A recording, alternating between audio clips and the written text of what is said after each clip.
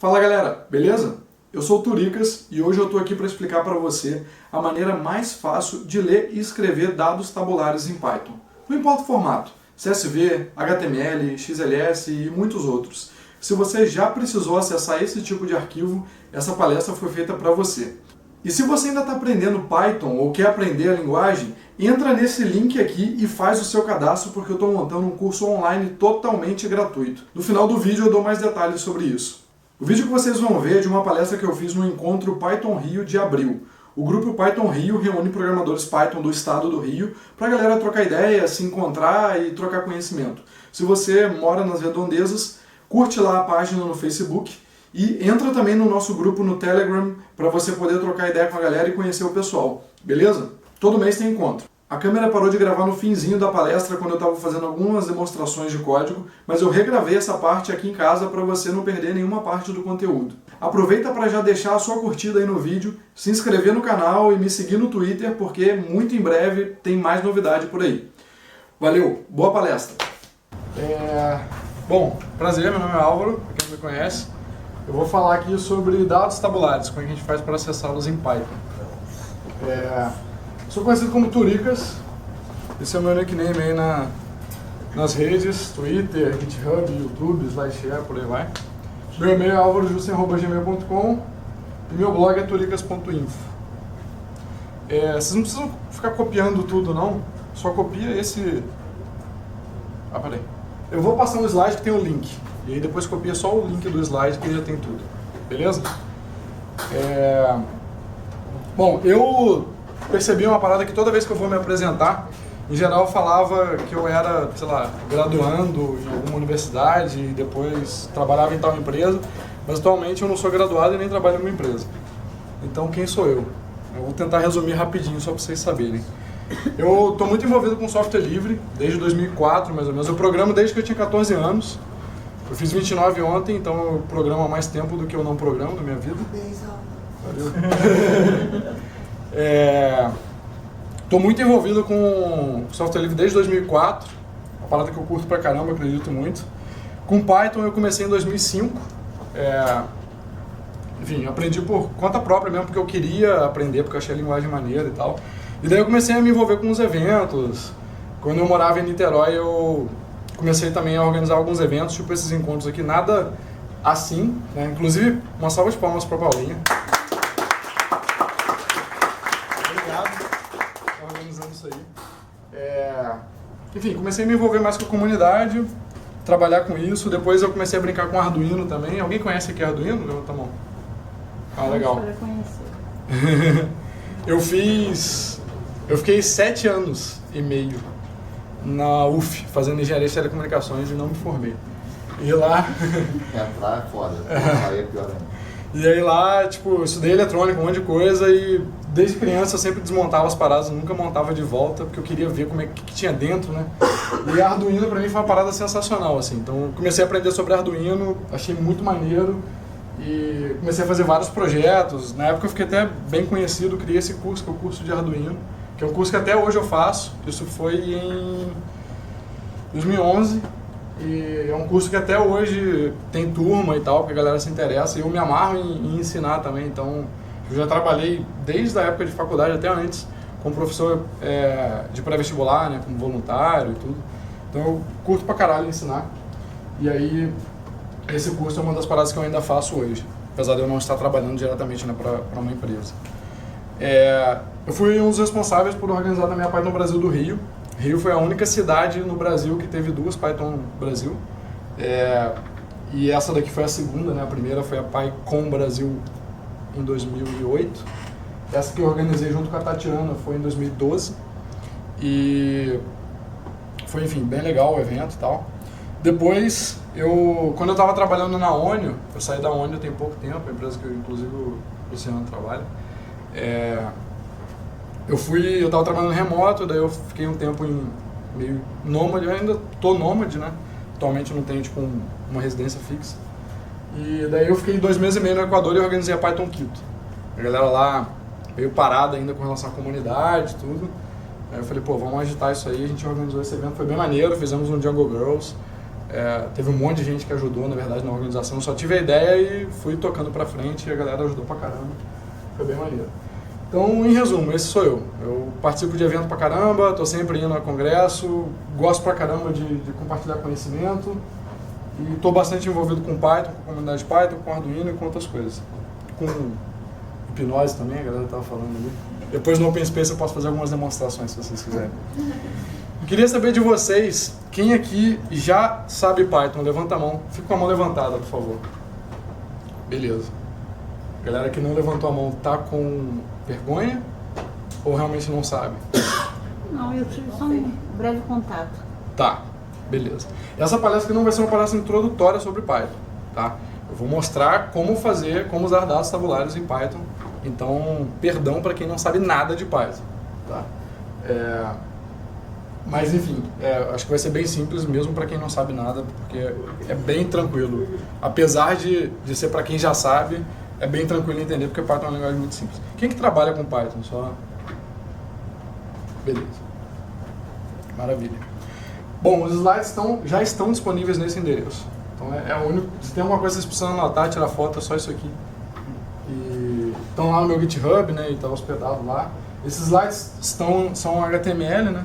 Depois eu vou colocar no meu SlideShare o PDF, mas enfim, tudo em HTML. E aí tudo que tem aqui tem link. Então não se preocupem também em ficar o nome daquele projeto. Não, tudo aqui tem link para a página correta e tal. Então, todo mundo já tirou foto? Não. Não?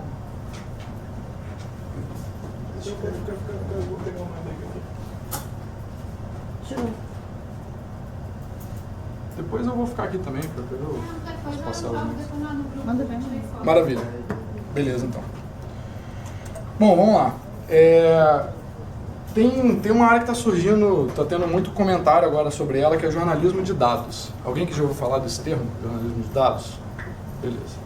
Então, o jornalismo de dados, basicamente, é uma forma de você trabalhar com jornalismo, né, mas usando dados. Então, para ser uma coisa mais determinística, mais empírica, não ser só uma opinião de um cara que, por acaso, trabalha num meio de comunicação influente, né? Então, é uma coisa baseada em dados. E para isso a gente tem basicamente 4 passos que a gente tem que seguir para fazer isso. Primeiro a gente tem que capturar os dados, né, que é basicamente buscar e baixar aquela informação para a nossa máquina, para o servidor, para o conjunto de servidores que vai, por exemplo, processar os dados. Depois tem a parte de normalização. Nem sempre esses dados são num formato interessante, né? Então a gente tem que, por exemplo, sei lá, baixar uma página HTML e você tem que parsear aquela página para extrair a informação que você quer. Depois você tem a análise, que é tipo, ver daquilo ali que você já normalizou, dos dados que você tem, o que serve, o que dá para fazer com aquilo ali. Tem dados, por exemplo, que são séries temporais. Como é que eu faço a análise das séries temporais? Tem alguma informação ali que serve, não serve? A forma como aqueles dados foram capturados, né, tá de acordo, né? Se, por exemplo, é uma série temporal, qual a frequência de captura dos dados? Enfim, então essa parte da análise que a gente vai aplicar aqui os algoritmos e tal. E a parte de visualização é para mostrar para o mundo o resultado, né? Então não adianta nada você pegar os dados, fazer um monte de coisa e não ter como uma pessoa leiga conseguir visualizar aquilo de uma forma didática, né? Então, basicamente essas 4 etapas que a gente segue quando a gente está fazendo jornalismo de dados. Eu não vou cobrir todas elas, obviamente, porque o foco é falar de dados tabulares. E essa parte dos dados tabulares, eles estão mais na segunda parte, que é a normalização. Por quê? Buscar e baixar, provavelmente ou você já tem os dados, ou você eventualmente vai usar um framework, por exemplo, o Scrapy, enfim, alguma coisa para poder fazer todo o crawling e scraping, se for uma coisa web, né? Se você já não tiver, por exemplo, os dados num pendrive, né? E aí a normalização envolve essa conversão de dados. E muitos desses dados, quando a gente está trabalhando com jornalismo de dados, estão em formato tabular. Eles têm, né, uma tabela em que tem colunas, né? Obviamente que essa tabela pode estar no HTML, ela pode estar no CSV, ela pode estar no PDF, ela pode estar no XLS. Tem vários formatos de arquivo possíveis, mas o formato, digamos, do dado é tabular, tá? E é disso que eu quero falar aqui hoje.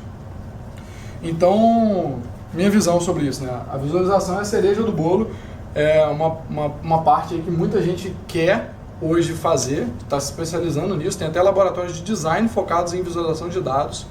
galera tá até aprendendo a programar e tal para conseguir fazer algumas coisas, mas focado tipo, na visualização mesmo. Então, são designers que sabem trabalhar com isso, trabalham com user interface, né, user experience, e estão focando nessa parte de visualização para inclusive fazer coisas interativas.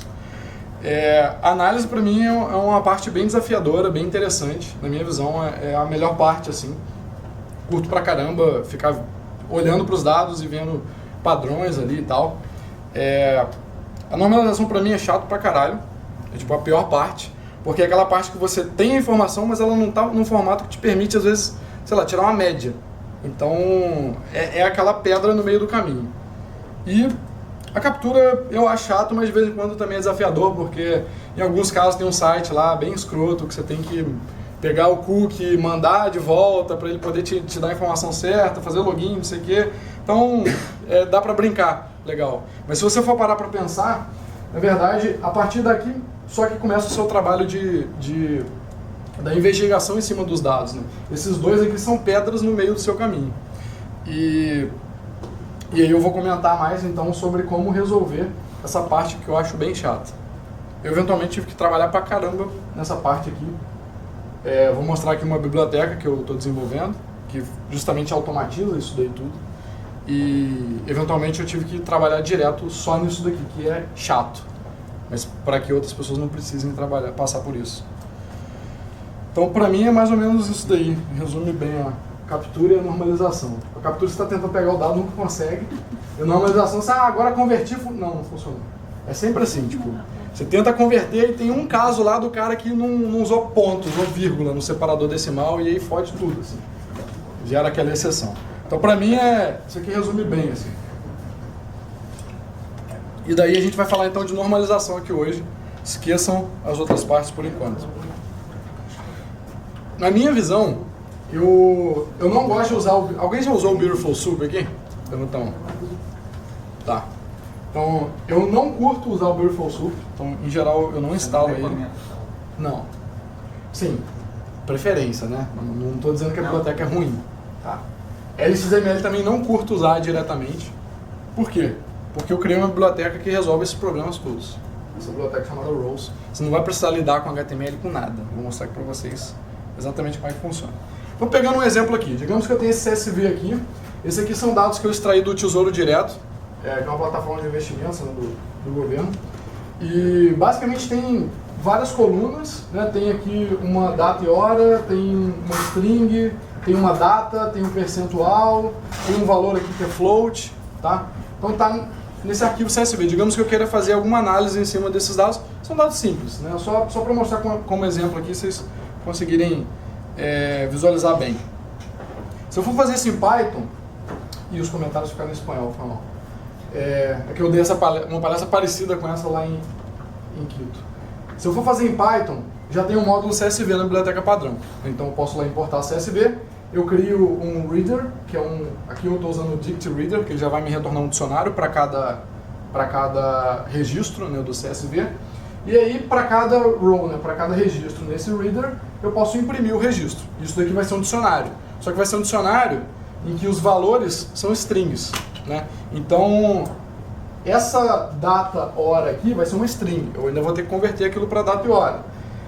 Esse percentual vai ser uma string. Eu vou ter que tirar o porcento, converter aquilo para float, dividir por 100. Então, eu ainda vou ter que fazer uma conversão ali. Não é automático. Se eu tenho, por exemplo, HTML, digamos que eu tenho essa tabela aqui, que foi basicamente de onde eu tirei os dados, tá, do Tesouro Direto. Então, tenho lá um HTML, e aí eu vou acabar caindo no mesmo problema, né? Eu tenho aqui os registros, a diferença é que eles não estão em uma linha só, né? Eles estão em várias linhas, cada registro aqui, mas a informação está aqui dessa mesma forma, e enfim, eu vou ter que fazer a conversão. Além de ter que fazer o parsing, né, para poder tirar, no CSV é muito mais fácil eu tirar as informações que eu quero, né? Elas estão aqui, ó, separadas por vírgula. Então é tranquilão, faço um split ali, acabou, já pego tudo, automaticamente. Do HTML já é um pouquinho mais chato, né? Porque não é uma vírgula que eu vou separar, né? Tem que separar aqui, começa um TR, termina o TR, é um registro.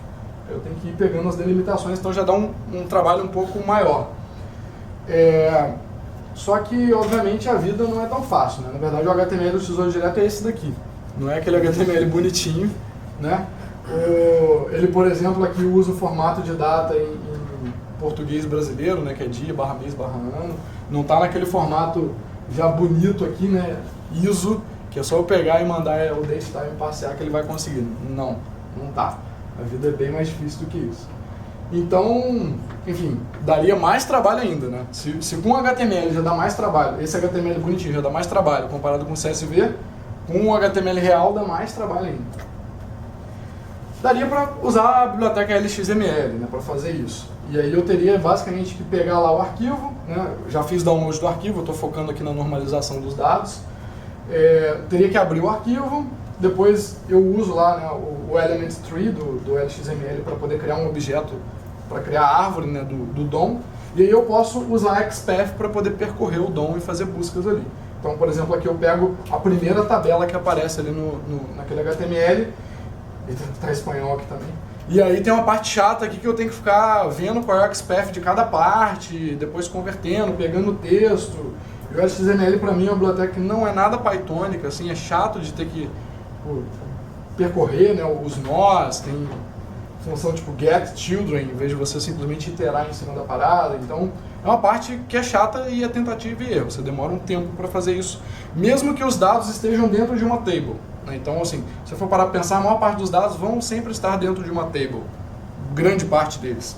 Então, mesmo que eles estejam dentro de uma table, o trabalho aqui, apesar de genericamente ser parecido, eventualmente vai ser diferente, porque tem algum caso que vai ter uma classe CSS a mais, você vai ter que buscar por aquela classe, então é um trabalho meio chato.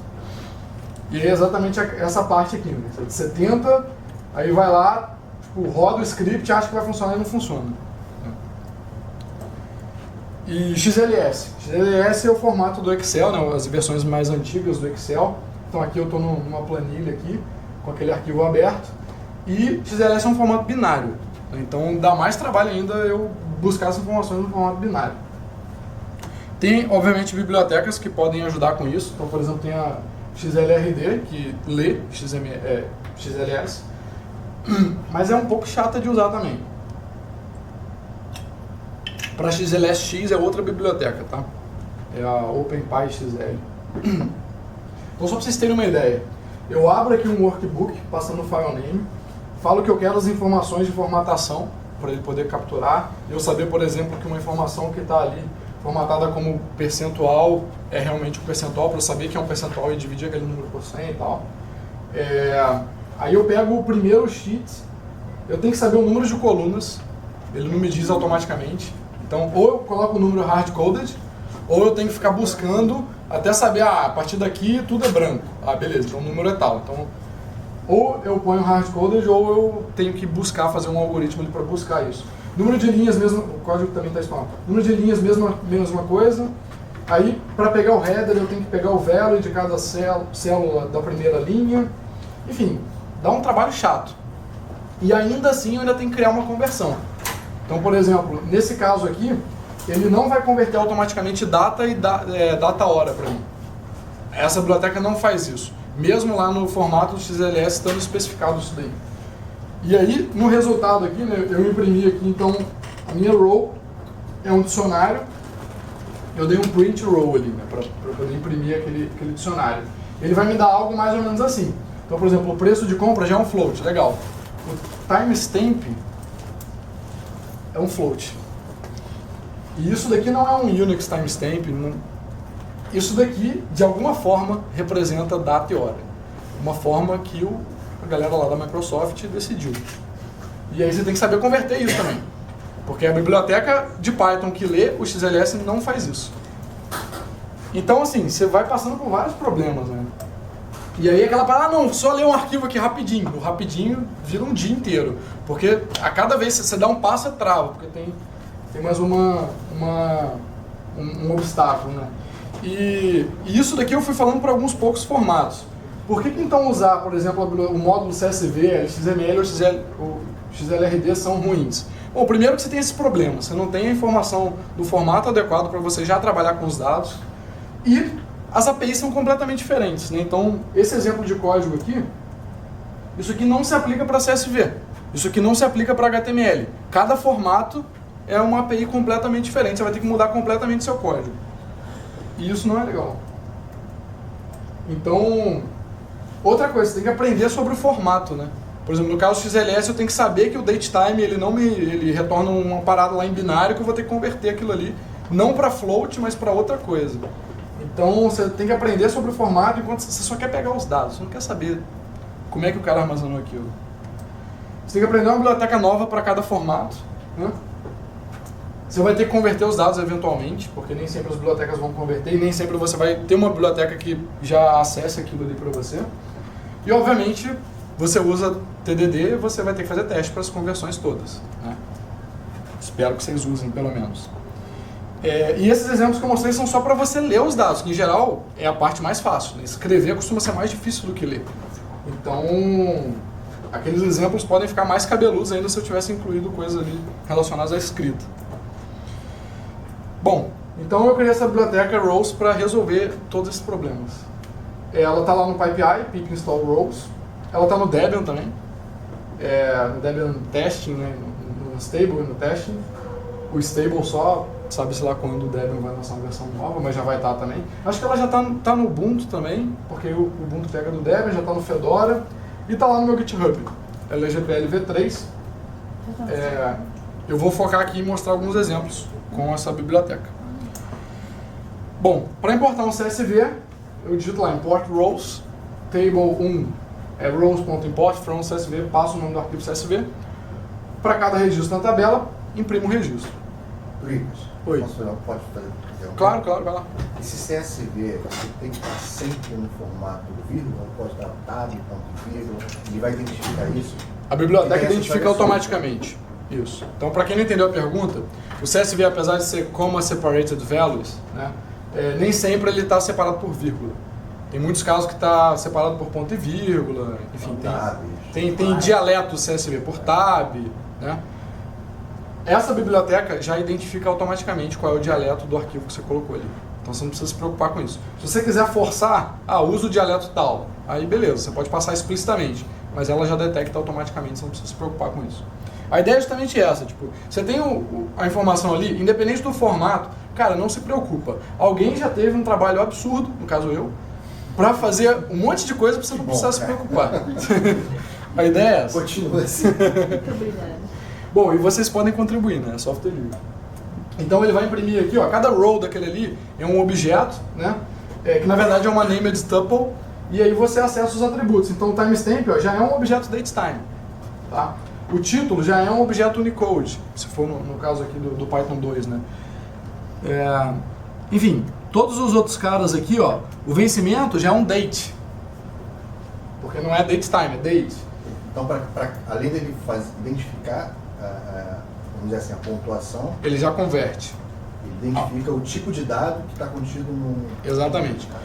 Essa é uma parada bem, assim, pra mim é muito poderosa, porque você não precisa falar nada, né? Óbvio que você pode forçar, a coluna tal tem que ser decimal, tem que ser float, né?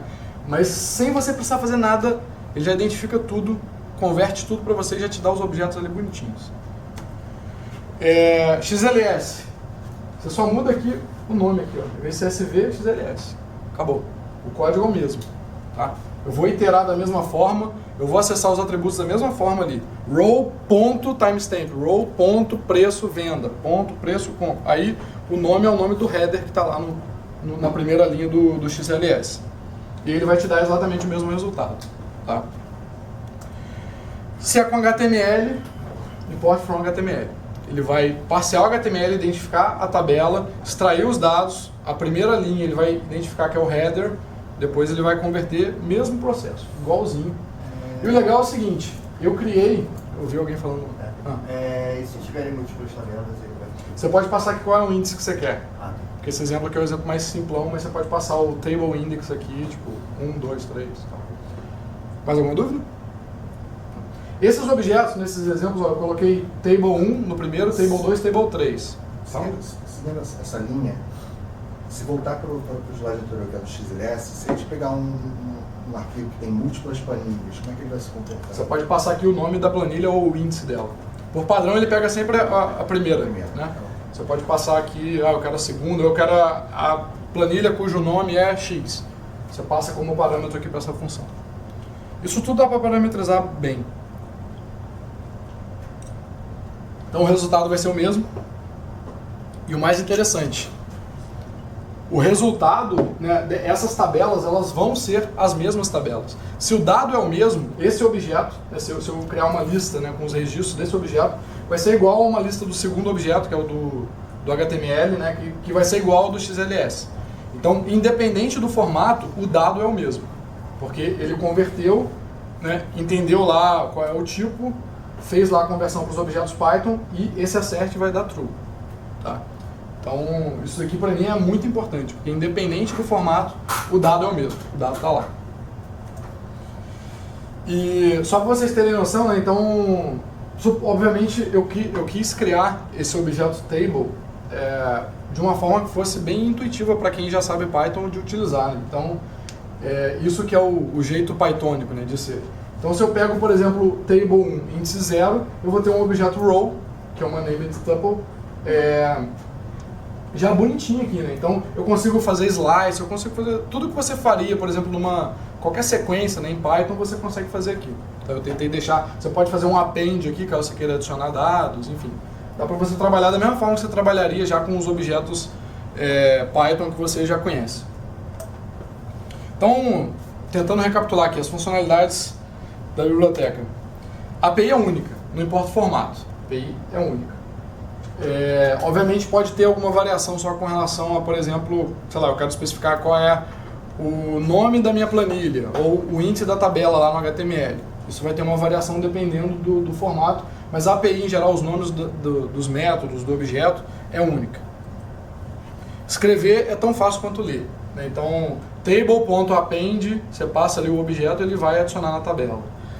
Se eu quero exportar, rows.export to blá blá blá. Então, da mesma forma, tem um import from, tem um export to. Atualmente suporta esses formatos, CSV, HTML, XLS, XLSX, JSON, TXT, não tem, tá faltando coisa aqui. Tem ODS para leitura, dá para, cadê o Renan?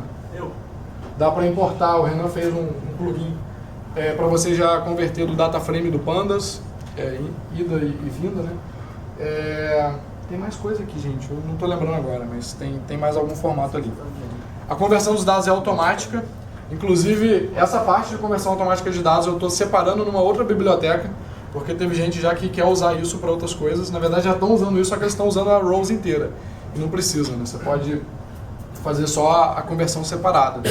Então, isso daqui eu estou destacando, vai ser no futuro uma outra biblioteca se vocês precisarem usar só para detectar formato de dado, né? Você passa um conjunto de bytes e ele te dá, isso aqui é um inteiro, isso aqui é um float, isso aqui é uma data hora. E aí isso daqui vai ficar numa outra biblioteca. Quem inclusive está querendo usar muito isso aqui, não sei se vocês conhecem aqui o Shima, alguém conhece? Então, ele tem uma biblioteca que é Tapioca Wrapper, para você poder acessar APIs, né, de maneira muito simples. E tem alguns dados das APIs que não vêm totalmente convertidos, né? Por exemplo, no caso de JSON, você não consegue representar uma data em JSON, né? Dizendo que é uma data, você representa como uma string. Então, essa parte poderia fazer essa detecção automática. E ele quer usar isso aí na biblioteca dele. Tem uma interface de linha de comando, que para mim assim, é uma parada muito boa, porque eu basicamente uso o terminal e o navegador. São os dois softwares que eu tenho aberto assim, o tempo todo, e para mim é muito bom poder converter os dados, fazer até consultas ali pelo terminal, e eu já vou demonstrar essa interface de linha de comando, que isso não está nos slides. Tá abrindo PDF também? Ainda não. Eu já fiz os testes das conversões, então vocês não precisam se preocupar, porque todas as conversões, né, inclusive essas automáticas, os testes já estão prontos, já estão feitos. Essa parte tem 100% de cobertura, que eu não quero dizer necessariamente muita coisa, mas eu tentei ser bem cri-cri com relação aos testes e tal, então isso já está funcionando bem. E a parte, na verdade, menos testada atualmente é a Command Line Interface, porque ainda estou mudando mais ou menos a arquitetura dela. Eu preferi não testar agora, eu preferi primeiro experimentar qual seria a melhor API para a Command Line Interface, para depois realmente fazer bem. Então eu não estou usando TDD. E, pô, isso aqui eu fico feliz pra caralho de poder usar isso aqui, porque assim, eu precisava muito, o tempo todo, dessas coisas. E toda hora era mó chato, eu tinha que ficar copiando, tipo, já fiz isso aqui, já converti uma data. Eu tinha que ir lá no meu outro projeto, pegava lá o arquivo que tem as conversões, jogava pra cá. Eu, vou transformar isso numa biblioteca, né? E aí eu comecei, então, a ver, beleza, vou então fazer uma biblioteca que converte coisas. Aí depois eu caí nesse problema, mas não adianta só converter, tipo, se eu quero, por exemplo, ler o HTML, eu tenho que parsear o HTML antes de converter. Então, aí isso tudo foi crescendo, eu falei, vou criar uma biblioteca que resolve esses problemas. Vamos lá, então eu vou demonstrar aqui alguns usos simples da biblioteca, só para vocês terem noção, e a Command Line Interface. Alguma dúvida até agora? Para eu saber. Não? Beleza. Deixa eu ver se eu estou de tempo aqui. Turicas. Oi. O chato aqui, calma aí. Diga. Conexão com databases. Já tem Essa suporte parte a de esse. conversão automática, né? Sim. Vamos supor, um MySQL da vida, ou o próprio MongoDB tem determinados números de registro que eu quero lá extrair aquela informação e queria que ele fizesse identificações e conversões automáticas. Consegue fazer? Eu já fiz para MySQL, para Postgres, tanto a ida, né, quanto a volta. Só que isso daqui, como ainda não tem teste suficiente, eu peguei assim um dia de brincadeira e fui fazer, né? Então não fiz teste nem nada. Dá para fazer, mas ainda não está pronto na biblioteca. Sacou? Então são mais arquivos, vamos chamar de flat files mesmo, né? Sim. CSV, TXT. Mas dá para fazer. Tipo, por exemplo, você consegue usar para SQLite. E o que eu fiz basicamente foi pegar o plugin que eu fiz para SQLite, transformar ele em Postgres, porque é bem parecido, né? E nesse caso, como eu falei, não está pronto, mas isso já vai entrar em muito breve. Mas nesse caso, por exemplo, do Postgres, ele já pega o esquema da tabela. Se você quer importar a tabela, já pega o esquema, então você já vai ter ali os tipos, ele já importa com aqueles tipos bonitinhos. E na hora de você exportar, como vocês também já tem os tipos Python, ele já cria a tabela que tem que criar com os tipos corretos, entendeu? Então dá para fazer tanto a ida quanto a volta de boa. Não, mas aí ele usa SQL, não é nada disso, né? Não, por enquanto não. Eu tô usando direto a biblioteca do PsychoPG. Não, até prefiro que seja sem... Mas assim, é bem simples criar um plugin. Eu vou mostrar aqui, faltou até colocar isso ali nos slides, eu vou mostrar também como faz para criar um plugin, porque é muito simples fazer isso. E se vocês quiserem contribuir, fiquem à vontade. Vamos lá então, eu vou abrir aqui o IPython, eu vou importar aqui a biblioteca, e agora eu já posso brincar. Eu vou aqui abrir, deixa eu ver aqui onde eu tô, eu vou abrir aquele CSV lá só para vocês verem que eu não tô falando mentira, que funciona mesmo o negócio. Tá no slide, né, um screenshot, né, vai que o cara tá... Então aqui tem lá os dados, tá? Isso aqui é uma data hora, né, isso aqui é um string, vencimento é uma data, aqui é um percentual, float, tá? Então tá aqui, CSV. Vamos lá, então a minha tabela é rows.importFrom, aí que tem vários formatos, vou colocar aqui CSV e vou passar o nome Tesouro Direto CSV. Importou. Nesse momento, os dados já estão todos aqui em memória já convertidos, tá? Então, por exemplo, se eu procurar aqui table.fields, ele já vai me falar, ó, timestamp é um datetime field, tá? Título é um text field, vencimento é um date field. Já está tudo convertido, tudo bonitinho. Ele carrega de forma lazy? Não. Por enquanto joga tudo na memória. Por quê? Essa até é uma boa pergunta. Eu tava, a galera tá falando muito de Big Data hoje, tudo, e pra mim é uma buzzword que, enfim, como qualquer buzzword, né, acho que a galera fala demais às vezes, sem muita necessidade. Então, por exemplo, todos os dados que eu precisei analisar, não que eles não eram grandes, mas muitas vezes eles eram partes, né, a parte do dado, do todo, era sempre uma tabela pequena. Às vezes com alguns milhares de registros, mas uma tabela pequena. Então, na maior parte dos casos, cabe em memória, tá? E no caso específico do CSV, eu já tive que trabalhar com alguns CSVs que tinham tipo 50 GB. Recebia a informação assim, tinha que tratar. E aí o que eu faço é o seguinte, eu consigo, na hora de importar, falar para o algoritmo de detecção de tipos, para ele só percorrer, sei lá, os 500 primeiros registros. Então, tipo, usa os 500 primeiros para você validar os tipos e converter, né, saber quais são os tipos, e depois você converte baseado nisso, sem precisar ler o arquivo inteiro. Então apesar de não ser completamente lazy, tem como você fazer isso. Uma das coisas que eu estou trabalhando é na ideia de pipe, né? Porque tem muita gente usando a biblioteca para converter dados de um formato para o outro. Quando você converte de um formato para o outro, você não precisa colocar tudo em memória, né, para depois converter. Então a ideia do pipe é você abre o arquivo, consegue identificar os tipos com os primeiros registros, por exemplo, se for um CSV, ou se for um Postgres, você conecta lá no banco, você já consegue pegar o esquema sem precisar ler nenhum registro, né? Faz isso e aí depois você conecta, né, num pipe esse cara na saída. Por exemplo, a saída vai ser um MariaDB ou um MongoDB. E aí já tem ali um algoritmo que pega de um, joga para o outro, pega de um, joga para o outro, sem precisar jogar tudo em memória. Mas essa parte ainda vai demorar um pouco mais, eu ainda tô vendo como é que seria a melhor API para fazer isso e tal. Mas já é uma coisa desejável, né? A maior parte dos dados que eu estou trabalhando são pequenos, dá para ficar na memória de boa. Mas tem alguns casos específicos que aí não rola. Então, table 0 aqui, voltando aqui, o índice 0 vai ser o primeiro registro, né? Então, esse cara, ó, timestamp, deixa eu chamar esse cara aqui de row. E row, ponto, eu tenho aqui os atributos aqui são exatamente, né, os nomes do header. Então, se eu usar aqui row.timestamp, eu vou ter um objeto datetime. Eu já consigo manipular esse cara, né? Consigo somar aqui um time delta, eu já consigo fazer um monte de coisa. Então, é Python, né? Tem alguns casos, por exemplo, no caso do percent, né, do campo percentual, ele já me dá um decimal, ele não me dá nem um float, porque ele já fez a divisão bonitinha ali e já me dá o decimal direto. Eu poderia ter forçado o preço compra e o preço venda para ser decimal também, em vez de float. Nesse caso, por padrão, ele pega como float e o percent, por padrão, ele pega como decimal. Então, enfim, já está tudo bonitinho, ó. Aqui, essa string, esse objeto Unicode ali que é o título, não sei porque eu estou apontando aqui, eu poderia estar mostrando aqui. Mas, enfim, o título aqui, Lucas, é um objeto Unicode. Qual seria o comportamento dele ao identificar? Porque, desculpa, cara, isso me interessa muito porque eu trabalho basicamente com dados, né? E assim, eu estou pensando aqui no meu dia a dia. E vamos supor que eu pego um padrão americano, que ele está um padrão brasileiro, né? Como é que... De data? De Vírgula data. também, ponto, questão de Isso, recursos. como é que se comportaria a biblioteca? Boa nesse pergunta. sentido? Então, deixa eu voltar aqui.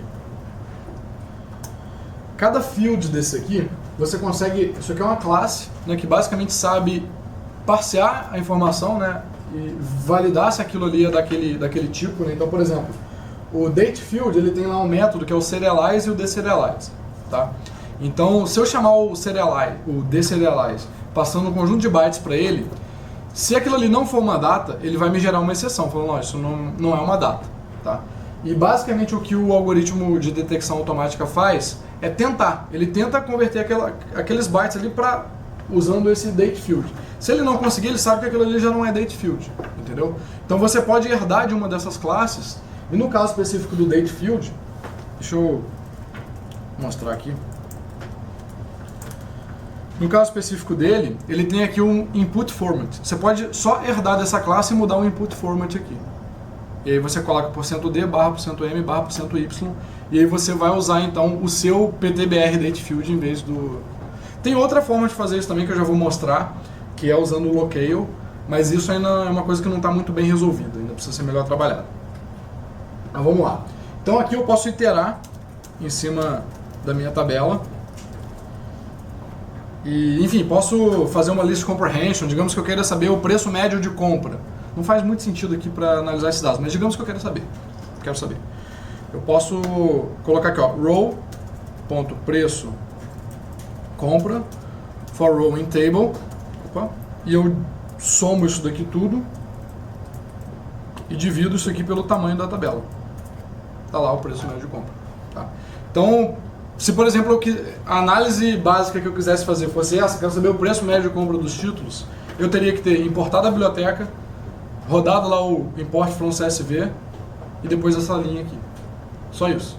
Então, quando eu... Bom, o import da biblioteca não conta, né? Mas o import from CSV eu já faço essa parte da normalização, né? E aqui eu já estou fazendo a análise. Então, em uma linha, basicamente, eu faço a normalização, porque já tem um código ali por trás que toma conta de tudo, né? Deixa eu ver o que mais interessante que eu posso mostrar aqui. Essa tabela tem append, né? Como eu falei, eu poderia fazer um append aqui, tem order by, poderia já fazer uma ordenação. Eu posso exportar, então por exemplo eu posso exportar, digamos, para HTML, eu passo aqui a minha tabela, eu vou colocar aqui tesouro direto.html. Se eu abrir isso aqui, o Chrome td.html, ele vai estar aqui o HTML lá, tá? Óbvio que isso aqui é só o table, né? Então eu posso até usar isso aqui para inserir dentro de algum sistema de template, enfim. Então tá lá já o HTML. E como cada field daquele sabe deserializar e serializar, então ele já, por exemplo, o formato aqui do %, ele usa o ponto e põe o percentual depois, né? Então ele transforma de um decimal para isso daqui. O formato da data, ele usa esse padrão ISO, mas poderia ser um outro padrão. Poderia herdar daquela classe ali e trocar só o serialize. E aí a minha data seria mostrada, né, de uma forma diferente. Isso é uma coisa que eu ainda tenho até que trabalhar um pouco melhor para ficar mais fácil de ser personalizado. Mas já está aqui. Se por acaso, aqui, deixa eu ver, tem alguma ordenação? Digamos que eu queira ordenar por... Ó, o taxa venda não está ordenado. Aqui está 6, depois 7, depois 15, mas depois cai para 0. O preço compra também não tá ordenado por ele. Vamos ordenar por preço compra. Então eu posso colocar aqui order by, preço compra. Ele já ordenou a minha tabela. E aí eu só vou exportar de novo para TD2. Vou ficar um nome diferente do arquivo. Eu vou abrir aqui no Google Chrome. Então agora já está ordenado por preço compra. Tá? Então tem várias coisas que facilitam pra caramba. Óbvio que eu não vou... Isso daqui, essa informação quando eu faço o order by, isso está tudo em memória. Então é fácil, é rápido ordenar. Se for uma coisa muito grande, eu não vou fazer o order by aqui. Né? Eu vou, por exemplo, fazer o order by no banco, já puxar do jeito que eu quero. E... Enfim. Isso aqui foi uma rápida demonstração. Alguém tem alguma dúvida com relação a isso aqui? Eu vou partir para outras coisas. Minha ideia não é mostrar tipo, tudo que dá para fazer aqui, porque também a gente não tem tempo. Como é que está a documentação desse projeto? Boa pergunta. É uma coisa que eu preciso, inclusive, de ajuda. Eu tentei documentar o máximo possível, colocar exemplos no GitHub, só que ainda não está de uma maneira muito bem apresentável. Então, quem quiser fazer, por exemplo, um sitezinho com Sphinx, o conteúdo já está aqui, só que está tudo no README, que eu não parei ainda para fazer isso. Então, tem coisas sobre instalação, tem coisas sobre usos básicos, a questão do Unicode, enfim, tem exemplos de HTML ali de filtro, os parâmetros que você pode passar, né? Enfim, tem bastante coisa aqui na documentação e... vou mostrar um exemplo de Locale. E aí tem um diretório aqui de exemplos que tem vários exemplos interessantes. Então, por enquanto é isso que tem de documentação, tanto da Command Line Interface quanto da biblioteca. Tá? Uma das coisas que, se vocês quiserem ajudar, vai ser útil pra caramba justamente fazer. Só pegar o Sphinx, rodar lá e tal. Tem até um pull request sobre isso, mas o cara ele parou de me responder. Então, quem quiser já aproveitar o trabalho que ele fez lá, ele não chegou a terminar de resolver os problemas lá que tinha no Sphinx. E aí eu acabei não fazendo também por conta própria, porque eu estou trabalhando em outras coisas da biblioteca. Beleza, voltando aqui então. Eu quero mostrar agora um exemplo da interface de linha de comando. Então, quando você instala, tanto pelo Debian, né, ou pelo pip, pelo PyPI, né, usando o pip, tem esse comando aqui, rows, que ele tem alguns subcomandos. Eu vou mostrar alguns deles aqui. O mais simples de todos é o print.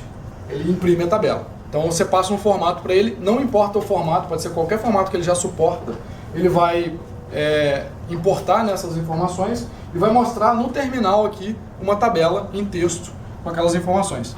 Então, digamos que eu tenho aqui, né, aquele meu arquivo tesouro direto CSV, esse cara aqui, né?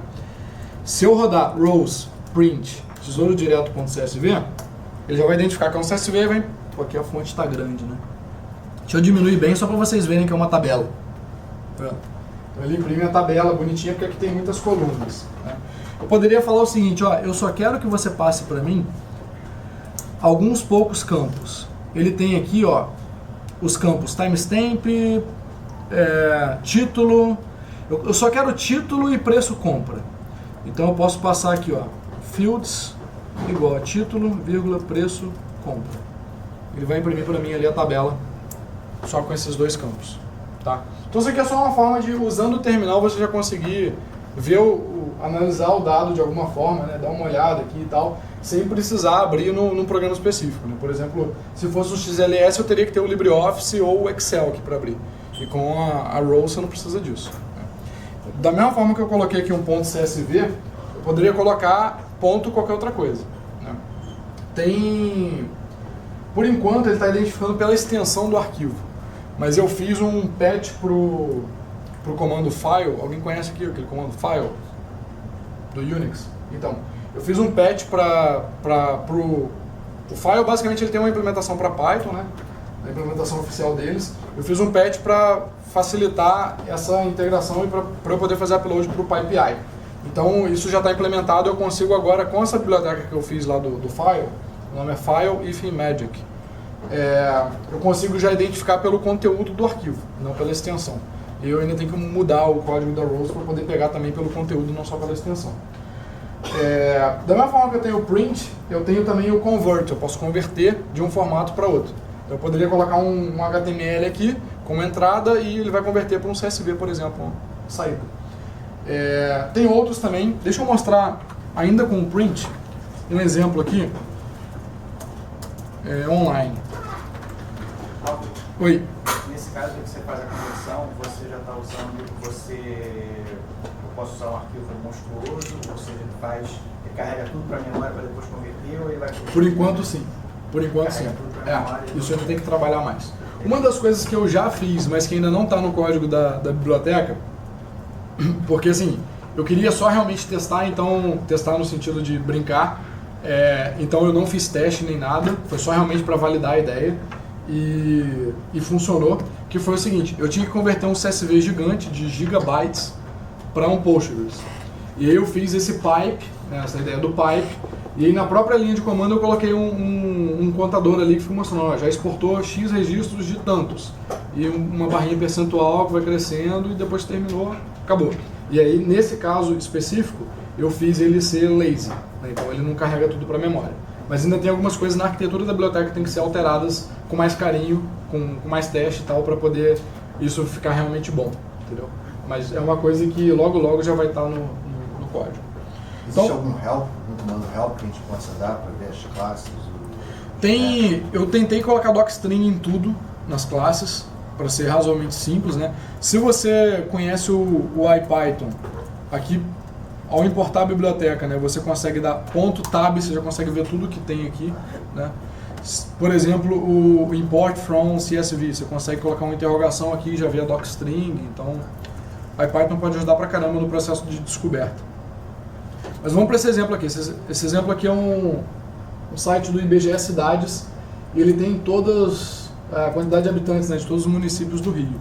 Se forem ver, isso aqui está aqui no meio do HTML, tem um table só aqui dentro, então tá aqui, ó, tá vendo com a informação aqui. E basicamente, né, é o UF, o município e a informação mesmo. Então, se eu copiar essa URL aqui, eu vou rodar rows print e eu vou colar a URL aqui. O que ele vai fazer? Ele já vai baixar para mim, vai converter, vai entender que é um HTML aquilo ali, que não é CSV, por exemplo, né? Vai converter e já vai mostrar aqui na tela se a internet vai funcionar. Funcionou. Aqui, ó, teve um problema de encoding, tá vendo? Isso aqui é porque a biblioteca requests tem um bug com relação à detecção de encoding, que eu já resolvi isso lá naquela biblioteca que eu falei, que é a File Magic. Eu detecto não só o tipo de arquivo, mas o encoding. Então, essa correção ainda não está na biblioteca. Mas eu consigo fazer o seguinte, eu consigo forçar esse encoding. Então aqui eu posso colocar, ó, input encoding o TF8. E ele já vai entender e já vai ficar tudo corrigido aqui, né? Só que ainda tem um problema aqui, né? A biblioteca não conseguiu identificar que essa coluna pessoas, né? Pessoas é o nome porque no site aqui é o que está aqui, né, no header. Repara que município e tal, o que tem acento, ele já tira automaticamente o acento, dá para ficar uma coisa, tipo um slug, né, da galera que conhece o Django e tal, tipo um slug mesmo, porque depois você vai acessar isso aqui como atributo, o atributo não pode ter acento, não para você acessar diretamente, né? Sem usar o get attr e tal. Mas enfim, por que pessoas aqui ainda estão com ponto, né, com separador de milhar? A biblioteca tentou verificar se isso daqui, por exemplo, era um float, e ela não conseguiu, porque olha só, esse caso aqui tem 2 pontos, esse caso aqui também tem 2 pontos. Então ela parou aqui e falou, opa, isso não pode ser um float, um float não é representado com 2 pontos. Então ela entendeu que isso aqui é string. Mas esse ponto, em português do Brasil, significa separador de milhar. Então eu posso falar para ela, olha só, esses dados aí que você está trabalhando, o locale é PTBR, eu tenho que colocar o locale completo aqui, o TF8, e aí só de falar isso aqui, ela já vai entender, e agora isso aqui é tudo número inteiro. Tá? Então esse aqui é o comando print. Se eu trocar esse print para convert, eu estou passando aqui as mesmas opções, né? Então, isso aqui são opções, eu quero converter, aí tem aqui as opções de conversão, aqui está o meu D, né, o from, e aqui eu vou colocar o to, rj.csv. Agora não tem nenhuma saída, só que se eu abrir aqui, rj.csv, tá lá, bonitão o arquivo. Tá? E aí eu já está aqui na minha máquina, já está tudo convertido, eu já posso começar a brincar com esses dados e já posso trabalhar com isso. E aí digamos que eu queira agora saber quais as cidades do Rio que tem, sei lá, mais de 1 milhão de habitantes. Vão ser 2 só, mas enfim, só digamos que eu queira saber. Eu posso fazer uma consulta nesse CSV. Eu quero que pessoa seja maior que 1 milhão. Então aqui eu passo qual é a consulta que eu quero fazer. Isso daqui é SQL, tá? E aí aqui o arquivo de entrada. Então ela já vai me imprimir aqui a saída. Eu poderia, obviamente, colocar aqui um output. Poderia colocar, sei lá, um RJ filtrado.csv e a biblioteca já... Eu teria que colocar, na verdade, assim, output igual. E a biblioteca já entenderia que eu não quero mostrar na tela, eu quero cuspir aquilo para um outro arquivo. Né? Bom, continuando aqui a partir do computador. Então eu poderia fazer essa consulta, pessoas maior que 1 milhão, a partir nesse arquivo, rj.csv. Eu poderia colocar uma saída, por exemplo, rj2.csv. E esse arquivo, rj2, teria o resultado. Como a biblioteca Rows, né, essa command line interface usa a biblioteca, e a biblioteca suporta vários plugins, CSV, XLS, HTML, etc., essa saída poderia estar, na verdade, em qualquer formato, assim como essa entrada poderia estar em qualquer outro formato suportado. Não precisaria ser de CSV para CSV, poderia ser de um formato para outro sem problemas. E o legal é que eu poderia passar aqui mais de um arquivo. Então, por exemplo, eu poderia ter passado esse arquivo CSV, depois um XLS, depois um HTML, poderia ter passado a URL completa de um arquivo, não precisaria ser um arquivo local. E cada arquivo desse seria uma tabela, porque esse comando, query, basicamente o que ele faz é criar um banco de dados SQLite, né, usando o plugin SQLite da biblioteca Rows, e para cada arquivo de entrada aqui, ele cria uma tabela. E eu poderia inclusive fazer um join nessa tabela. O que acontece aqui é que basicamente ele está omitindo aqui o select, asterisco, from, tabela, where, e eu só coloquei o que vem depois do where aqui. Mas eu poderia ter colocado tudo, né, toda a SQL aqui completa. Então eu posso usar com várias tabelas.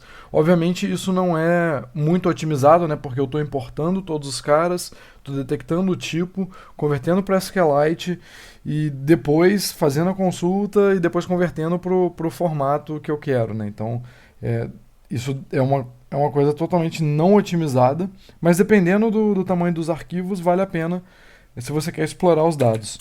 Rodando aqui de novo, a gente vê que isso demora um pouco mais de meio segundo. Então é um tempo razoável, dá pra gente esperar esse tempo, né, se a gente quiser só fazer uma análise superficial nos dados, e se os dados forem pequenos, a gente poderia até usar isso mesmo para fazer uma análise num conjunto maior. Olhando aqui a Command Line Interface, dá para ver no Help que tem vários outros comandos. Tem, por exemplo, o Join, que eu ainda não falei, o Sum. Eu não vou entrar em detalhes aqui, mas depois vocês podem procurar mais sobre esses comandos. Dá para fazer um monte de coisa. O Join seria tipo o Join do SQL mesmo. E o Sum seria para juntar as tabelas. Vamos voltar aqui para os slides. Queria falar de algumas outras coisas antes de terminar a palestra. Bom, Essa biblioteca é software livre e eu preciso de ajuda para continuar desenvolvendo e melhorando ela. Algumas pessoas já me ajudaram em algumas funcionalidades, mas eu ainda preciso de mais ajuda porque eu estou atacando várias frentes diferentes com a biblioteca e tem várias coisas que eu não consigo dar conta, né, ao mesmo tempo. Então uma das coisas que já está em progresso é a migração para Python 3. Por enquanto ela só funciona em Python 2. O Henrique Bastos fez um pull request, a gente já está trabalhando nisso. Mas se alguém quiser ajudar, tem lá no GitHub. Seria legal alguém fazer um site, né, para a biblioteca com a documentação usando o Sphinx. Não precisa ser o Sphinx, mas é o que a galera costuma usar. E talvez colocar no readthedocs.org. Enfim, isso é uma coisa que ainda não tem e que eu acho que facilitaria demais para quem quer começar a usar a biblioteca, porque por enquanto só tem o README e agora essa palestra, né, que está no YouTube. Seria legal criar um site de demonstração que eu chamei de Roles as a Service. E a ideia desse site é basicamente ter tudo que tem na Command Line Interface, só que web. Então você, por exemplo, poderia fazer upload de um arquivo ou colar o URL de um arquivo. E a biblioteca já identificaria qual é o formato desse arquivo. E você teria opções, por exemplo, para converter e fazer o download em outros formatos, fazer consultas naquele arquivo e tudo usando a biblioteca. Acho que seria uma demonstração legal para a galera poder ver o que dá para fazer com a biblioteca. E também, obviamente, para ser um serviço legal para que as pessoas possam usar sem precisar baixar e instalar a biblioteca. Seria legal também criar outros plugins, né, para dar suporte a mais formatos, tanto leitura quanto escrita. PDF, por exemplo, existe uma biblioteca chamada PDF Tables. O site é pdftables.com, se eu não me engano. E ela basicamente já lê arquivos PDF, extrai tabelas e devolve em texto. Se eu não me engano, é uma lista de listas, na verdade, né, onde cada lista interna é uma das linhas da tabela. E seria legal integrar com a biblioteca Roles. Eu vou mostrar aqui um exemplo de como criar um plugin, que aí, para quem quiser criar plugin, já fica aqui documentado nesse vídeo. Então vamos lá, eu estou no diretório aqui que eu fiz o clone lá do GitHub. E aí eu vou acessar aqui Roles, Plugins, e vou acessar o CSV. Esse plugin é um plugin muito simples. Basicamente, para criar um plugin eu tenho que criar duas funções, import e o export. No caso do CSV, eu estou recebendo aqui um file name ou um fobject. Tem alguns outros parâmetros aqui que eu não vou entrar em detalhes agora. Mas basicamente eu já estou pegando esse cara aqui através dessa função getFileName and fobject. Essa função já está disponível no Roles Plugins Utils, que é, né, um conjunto de funções utilitárias para poder fazer plugins. Nessas linhas aqui eu detecto o dialeto do CSV e depois eu crio um reader. Tá? Então é aqui efetivamente que eu vou ler. O legal é que eu retorno, essa função retorna, o que na verdade a função createTable retorna. Essa função está dentro também dos plugins utils da biblioteca Roles, e ela é que vai criar o objeto table. Ela também é que vai identificar automaticamente os tipos e já fazer a conversão. Então, na verdade, para eu criar um plugin, o que eu preciso é usar alguma biblioteca. Nesse caso aqui eu estou usando a biblioteca Unicode CSV, porque essa biblioteca ela já tem suporte a Unicode. No caso do Python 2, o módulo CSV não trabalha muito bem com Unicode. E aí então eu preciso usar, né, uma biblioteca, ou até eu posso ler diretamente o arquivo, se for o caso, né, do formato que eu quero. E aí eu só preciso passar para essa função createTable um objeto aqui, que essa função vai iterar em cima dele. E a cada iteração é como se esse objeto aqui devolvesse uma lista, onde a primeira lista é o header, ou seja, uma lista de strings, que tem um header, né, que tem o cabeçalho da tabela, e as próximas listas vão ser os registros. E essas listas, o conteúdo delas pode ser tudo string. Então, eu não preciso fazer uma biblioteca que já converta para inteiro, float e tudo mais. Se a sua biblioteca já conseguir converter, beleza, mas se não, a própria createTable já vai identificar automaticamente os tipos para cada coluna. E isso é muito legal porque para fazer um plugin, por exemplo, são pouquíssimas linhas de código. Você pode ver o plugin CSV aqui, tem pouquíssimas linhas, vai da linha 27 até a linha 42. E para exportar, eu posso usar essa função serialize, que ela automaticamente já vai chamar para cada coluna, né? Ela vai chamar já o serialize daquele field, daquele tipo de campo, e já vai te devolver uma lista de strings bonitinha. Então, nesse caso aqui, eu só estou mapeando para cada registro retornado pela serialize table, eu estou mapeando aqui o CSV writer.writeRow, e isso daqui já vai escrever o CSV. Então é muito, muito simples criar um plugin, tanto para importação quanto para exportação. E se você quiser contribuir, é só entrar lá no GitHub, cria uma issue para o seu plugin, vai comentando lá, e aí a partir disso a gente já consegue ir trabalhando, já posso ir revisando o seu código. Então, um dos plugins é o de PDF, outro é o Open Document Spreadsheet, que é o formato usado pelo LibreOffice. Já tem suporte à leitura, ainda não tem suporte à escrita. Outro é o DBF, que ainda tem muitos dados que estão nesse formato. Já existe uma biblioteca Python para DBF, então seria só fazer essa integração mesmo, não precisaria ler o arquivo binário nem nada. Outra é para MongoDB, você poderia usar o PyMongo para fazer a integração. Como já existe o plugin de JSON, o plugin para MongoDB seria razoavelmente simples, seria basicamente fazer a conexão com o banco, ou fazer a consulta, ou pegar os dados. Um para Postgres, esse eu já estou trabalhando, estou trabalhando também com um plugin do MySQL, MariaDB, mas quem quiser ajudar, fica à vontade. Lá no próprio repositório tem um diretório To Do, em que lá eu já coloquei o plugin do MySQL que eu estou trabalhando, se você quiser copiar aquilo ali para, por exemplo, portar para o SQL Alchemy ou para outro banco de dados, fica à vontade, é razoavelmente simples fazer isso. MariaDB também, tá work in progress. Enfim, qualquer outro plugin que você tiver ideia também, fica à vontade de sugerir. O OFX, que é um formato para finanças, também já estou trabalhando nisso. A parte de leitura já está praticamente pronta. Se você tiver exemplos de arquivos OFX, seja de cartão de crédito, de conta corrente, conta de investimentos, me manda, por favor, esses exemplos, porque eu quero testar com o máximo possível de dados diferentes. Eu não tenho todos os tipos de OFX aqui, então não consigo testar, colocar isso nos testes, mas se puder me enviar, fique à vontade, me manda por e-mail. Bom, sobre a biblioteca, sobre a Command Line Interface é isso. Queria dar alguns recadinhos agora antes de finalizar. Primeiro, eu gosto muito de ir a congressos e o próximo congresso de Python que vai ser no Nordeste. Esse ano a Python Nordeste vai ser em Teresina, de 9 a 11 de junho. Mais informações nesse site ali, pythonnordeste.org. Eu fui na primeira e na segunda, se não me engano, acho que não fui na terceira Python Nordeste. Esse ano, infelizmente, eu não vou conseguir ir, mas é um evento muito maneiro, vale a pena. Depois da Python Nordeste vai ter o FISLI, que é o Fórum Internacional de Software Livre, que eu vou todo ano, desde 2006.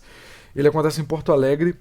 Nesse ano vai ser de 13 a 16 de julho, eu com certeza estarei lá. E recomendo, é o maior evento de software livre da América do Sul. Tem coisa pra caramba, não só sobre Python, mas sobre o mundo inteiro do software livre. É bem bacana, altamente recomendado. Depois vai ter a Python Sudeste, 2 e 3 de setembro, vai ser em BH, que é uma cidade maravilhosa também, para quem não conhece. Essa é a primeira Python Sudeste, a galera de BH está tocando. No ano que vem a Python Brasil vai ser em BH, então esse já é meio que um esquenta para Python Brasil. No ano passado a galera organizou o iPython, que foi um evento de Python, né, de Belo Horizonte, de Minas, na verdade, né? E agora vai ter a Python Sudeste, que é já para agregar mais gente e já ser um esquenta para Python Brasil desse ano e para a galera de BH já conseguir uma experiência maior em organizar eventos para no ano que vem organizar a Python Brasil com um evento bem maior. Depois, finalmente, em outubro, de 13 a 18, tem a Python Brasil, que vai ser em Florianópolis. Vai ser durante a Oktoberfest, então quem quiser ir já pode emendar, quem quiser um pouquinho antes pode ir para o Oktoberfest primeiro, ou quem quiser ficar depois da Python Brasil para o Oktoberfest. A Oktoberfest ainda vai estar rolando. Eu recomendo, o evento é muito, muito bom, a comunidade Python é muito legal. E eu sempre estou na Python Brasil, estarei lá com certeza. E recomendo bastante. Outra coisa, se você tiver interesse no curso de Python online gratuito, eu vou gravar tudo em vídeo. Preencha esse formulário que está ali nesse endereço, bit.ly/pyonline. A ideia desses vídeos é ser um curso assim, para quem não conhece nada de programação, né? Então totalmente introdutório, para fazer coisas até bem legais em Python e chegar no nível em que você, depois de fazer aquilo ali tudo, se você começar a contribuir com algum projeto em Python para ganhar uma experiência, provavelmente logo depois você já vai conseguir, por exemplo, se candidatar a uma vaga de trabalho para trabalhar com Python, enfim. A ideia é fazer um curso bem completo, vai tudo ficar gratuito, disponível na internet de forma bem didática. E eu vou fazer um crowdfunding também para poder conseguir arrecadar fundos e conseguir comprar equipamentos, pagar aí algumas coisas relacionadas a serviço que eu vou precisar nesse curso. Mas depois disso vai ficar tudo online, disponível gratuitamente. Então se você tiver interesse, clica nesse link aí, preenche lá o formulário que eu vou te avisar assim que tiver novidades. Bom, não dá para eu perguntar dúvidas aqui, porque eu estou sozinho agora aqui no meu computador, já não estou mais na palestra lá da Python Rio. E ficam aqui os meus contatos. Me segue no Twitter, no GitHub, no YouTube, no SlideShare. Estou sempre publicando coisa nova, não só sobre Python, mas sobre um monte de coisa legal. Se tiver alguma dúvida, me manda um e-mail. Se quiser um curso de Python na sua empresa, na sua cidade, me manda um e-mail também que a gente vê a possibilidade aí. alvarojusten@gmail.com. Tudicas.info é o meu blog e os slides dessa palestra estão disponíveis todos em bit.ly/pyrio-rose. Obrigado, deixa a curtida aí no vídeo, qualquer coisa manda um comentário, se inscreve no canal que em breve teremos mais novidades. Valeu, até a próxima!